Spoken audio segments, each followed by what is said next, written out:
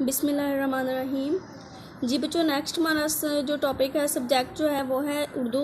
उर्दू का आपने page number 2 का क्वेश्चन 2 जो है उसका पार्ट जीम देखना है। ठीक है, पार्ट जीम है कि चांद के कोई से 2 फ़ायदे लिखें।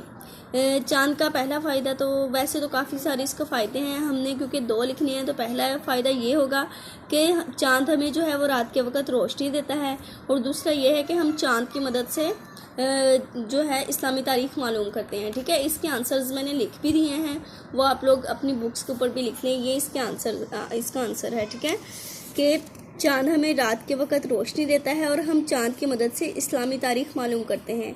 आप सभी जानते हैं कि ये जो रमज़ान के रोज़े अभी आज 1-2 दिन में जो है वो रमज़ान आने वाला है, तो इसका जो है हम पहले चांद देखेंगे। मुसलमान पहले चांद देखते हैं और फिर उसके बाद जो है हमें मालूम होता है कि रमज़ान जो है वो स्टार्ट हो गया है।